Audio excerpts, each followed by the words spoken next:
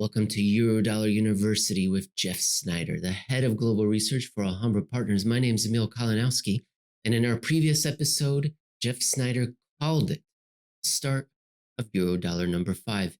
One of the key indications of this global collateral credit money shortage that will interfere with our economic activity and make things much worse for us economically was the behavior of the US dollar. Not in and of itself, but relative to other currencies. And one of those key currencies is the Chinese yuan. Jeff, I've pulled up a chart of the CNY, the yuan, the renminbi versus the US dollar. And I like to exaggerate. It's a lot of fun. If you keep everything normal and professional and calm, that's just terrible. But I can't even exaggerate what's happening to this chart. It looks like something has broken. It looks like somebody smacked it with a baseball bat or something, right? Jeff, you do it, because if I explain it, people will say Emil's exaggerating again. Tell the people what's happening to this currency. Well, what happened to the currency recently, as we were talking about in the previous episode, this is one of the final indications that said, yeah, this is the Eurodollar number 5, was Chinese yuan had been rather steady throughout 2021, even as the escalating warnings in the Eurodollar system continued, proliferated, got worse, escalated, as I said. Yuan was kind of the one that hung in there for various reasons, whether it's the merchandise trade surplus that supplied dollars that the financial market was increasingly not doing. We'll probably never know how much of that was PBOC intervention. We'll probably never know that either. But anyway, in any event, February 28th. After February 28th, of course, February 28th is a very important date because after that point, we see any number of fireworks across the global monetary system, including yield curve inversion in the United States. And in terms of Chinese currency, that's when it started to weaken. We didn't really mention it on the show until recently because markets fluctuate. It wasn't a big move. But then about a week ago, what was a sort of 6-week or so downward trend. So it was a long enough trend where you could say something's going on here. Suddenly, just the bottom fell out. Somebody yanked the rug out from under China, and the thing has utterly collapsed. It's cratered, and I think it's down to 661 today, which is even lower than the chart we're showing you here, which would make it a multi-year low, and it's continuing to sink. So something's going on in the one indication that had held out the longest from this Eurodollar number 5. So we're very confident that this is absolutely a Eurodollar number 5. As of this moment, as we're recording this, Jeff, it's the mark of the beast, 666, which I take. So it's already fallen that much since I looked at it this morning and we're recording it. That's only, maybe an hour or so. So it's continuing to fall precipitously. It's a reassuring sign, the mark of the beast. No, it is not, Jeff. Now you're exaggerating again. Yes. Nothing to worry about here, folks. Yeah, exactly. Okay, Jeff. People will call this a devaluation, and you are ahead of the game on this. You don't want people to call it a devaluation, and it's in your title of your blog post that we're reading from. CNY's drop wasn't devaluation in 15 nor 18, and it isn't devaluation now. And you posted this on the 25th of April, 2022 at the Alhambra Investments blog post. I think the logical thing to do would be to go back in time to 2015 and 2018 and talk about what happened then to those currencies and why it wasn't a devaluation. Well, the big problem stems from the common conventional belief that governments are in control of their currencies. And therefore, if a currency either rises or falls, it's because some official institution wants it that way. And it's doubly believed to be the case when it comes to China, because China is such a top-heavy, authoritarian, centrally planned economy. At least that's the common belief. Whether or not that's actually true, that's another story entirely. And so if the Chinese yuan suddenly begins to fall, everybody immediately assumes that Xi Jinping has made his directive known to both the reserve managers as well as the PBOC, that he wants a weaker currency because the Keynesian textbook says that's what you do when confronted with economic weakness. You beggar thy neighbor. You devalue your currency, boost your exports, and get yourself out of the economic problem. So every time Chinese yuan falls, it's always said this is what China must want because China always gets what it wants. And as we know, or at least everybody's told to believe, governments control these things. And that's just not the case. I like to think of it as it wasn't a devaluation because it was so small. The 2015 devaluation. In 2001, there was an American documentary about the fashion industry and international spying called Zoolander, and there was this one scene where Ben Stiller got upset because they built a model for students, children to read in, and he took that model and he threw it upside down. He said, "What is this? A reading center for ants?" And I always thought of the same thing with that devaluation in 2015. What is this? Devaluation for ants? It was 2, 3%. Big deal. That's not a devaluation. 30, 40, 60%, like in 1994, Jeff. Do you agree that that was a devaluation when the Chinese took their currency and chopped it in? How much was it? 40%, 60? Yeah, but those types of periods are more like, hey, let's just reset the whole thing from scratch. And so, yeah, and Yes. I think what most people what they're led to believe is that you don't need to do that. You can just fine tune it. And so you're right. They see these much smaller, at least smaller relative changes, and think that's just, hey, that's just some intentional policy somewhere fine tuning the currency so as to scientifically, predictably boost their export sector. But that's not really what Mm-hmm. happens at all. Even whether it's big, small, or in between, you look at the much larger devaluation of something like a Brazilian real, that wasn't the Brazilian government saying we need to boost exports. That was the US dollar rampaging as dollars became very hard to source and roll over, as not just for Brazil, but also for the Chinese. And so the Chinese were essentially fighting against their own version of a dollar shortage, which became a very big problem by the early months of 2015. They had already spent an enormous amount of their reserve stash. By the end, it was almost $1 trillion. I mean, massive amount, just trying to keep the currency from falling further than it did. And one of the methods or one of the means that they tried to achieve the stability in CNY. And that's the other thing.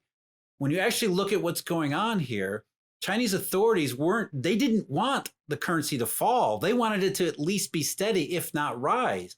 So the intent was the opposite of what most people believe anyway. We can actually see that in the specific multi-month episode between the middle of March 2015 and August of 2015. So for almost 5 months, the Chinese authorities did something. We don't know what they did, but they did something where they essentially pegged CNY against the dollar to an increasingly narrower range, so that by the time you got to June and July 2015, it was almost an exact peg. And so again, that wasn't because they wanted it to devalue, they were preparing for it to devalue. They were doing everything that they possibly could to keep it from falling. And what that meant was, in very functional terms, was as the Eurodollar market was supplying fewer dollars or making them more costly for Chinese banks to source through Tokyo, probably.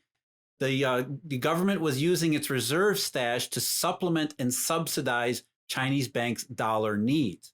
And so they were doing that using this peg of CNY to the US dollar in order to guide them in how much they should be doing the subsidies or subsidizing, until we got to early August, when suddenly something broke. It was August 10th or August 11th, I believe, where just out of nowhere, the Chinese had to revalue the currency. As you said, it was only a couple percent, but in terms of doing it all at once in that context, it made enormous waves throughout the financial system. What about 2018? It wasn't in the press as much. I don't remember anyone talking about a Chinese devaluation, but there was a loss in value. Is that right, Jeff? Tell us about the 2018 episode. In some ways, it was even bigger and more abrupt than it had been in 2015, because in 2015, you had these small chunks. So they would let the currency fall because the dollar just became too much. And then they would try to intervene to try to stabilize the currency. And then a couple months later, they would let it go again. Well, by 2018, they had completely changed tactics. And, we don't need to there's a whole can of worms that involves Hong Kong and all sorts of other things. But by and large, by the time you get to early part of 2018, the Chinese authorities decided they were not going to do what they did in 2015 and 2016. They were not going to expend an enormous amount of their reserves. In fact, they were going to sort of manipulate the reserves so it didn't look like there was much going on there at all.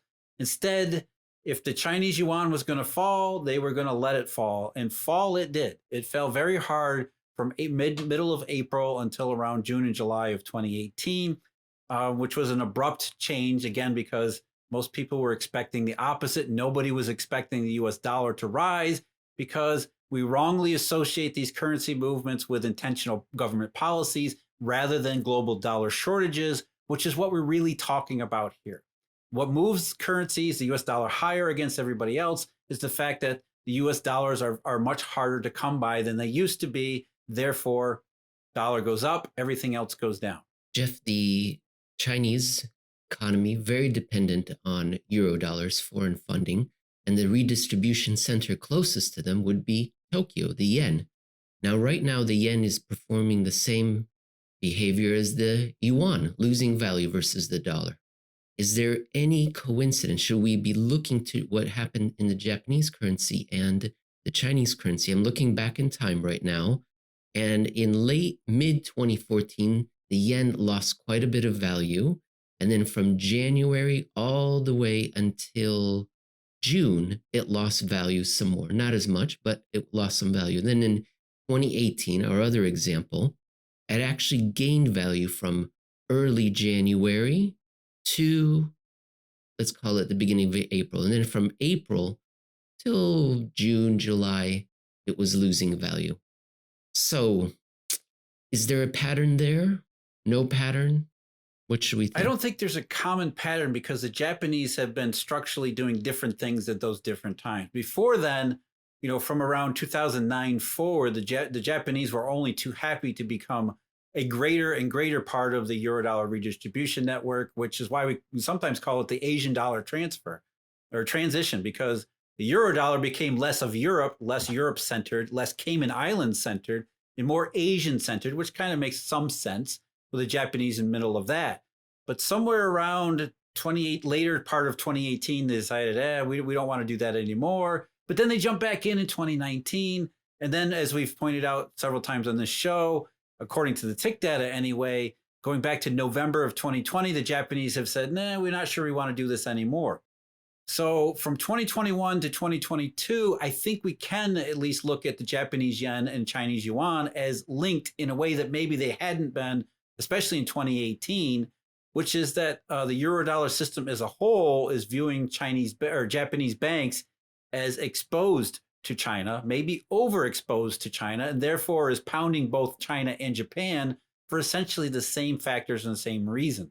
So I don't think it's necessarily a coincidence. In fact, I don't think it's coincidence at all that the Japanese yen and Chinese yuan have basically had the rug yanked out from under them over these past, in particular, these past, 7, almost 8 weeks now, 2 months, where we've seen all sorts of gross Eurodollar dysfunction, including, as I mentioned in our previous episode, you can plot the Japanese yen against repo fails, and they line up almost perfectly, which shows you an indication of shortage of collateral, therefore a proxy for how money is functioning and how well it's functioning in the overall system, which is what seems to be working out in the Japanese yen, which has finally caught up with the Chinese yuan over the last couple months. Jeff, do you have anything more to say about your article?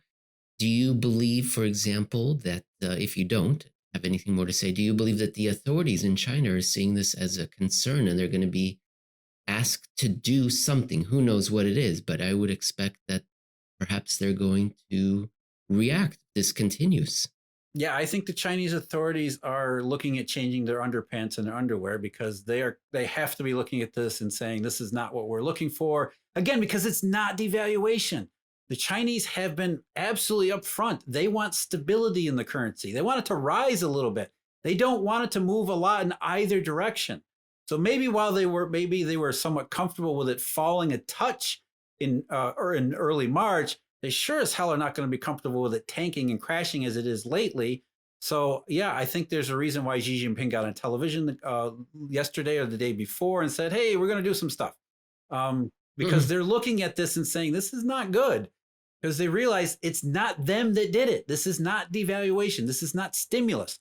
This is all about the U.S. dollar, meaning the Eurodollar system, getting into its Eurodollar number 5 funk. Can you tell if these are portfolio outflows, Jeff, from your data?